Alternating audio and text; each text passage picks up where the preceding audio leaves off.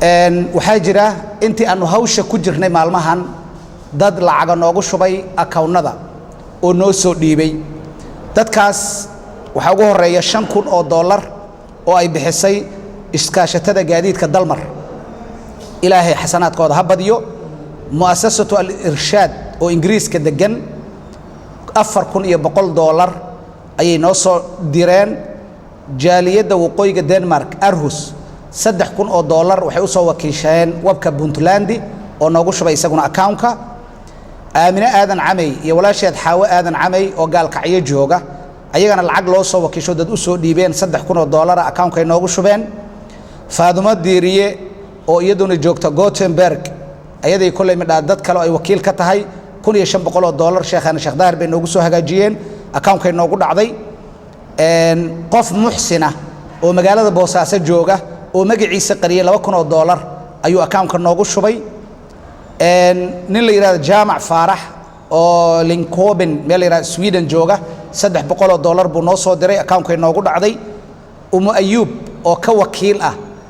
hooyooyinka Edmonton ee wadanka Canada iyaduna waxay noo soo dirtay $500 Baashi Xasan Tubaako isaguna dad Denmark jooga oo wakiil ka yahay iyo asagaba waxay soo direen $565 Maryan Maxamed Nuur oo UK joogta iyaduna $200 ayay soo dirtay account-ka noogu dhacday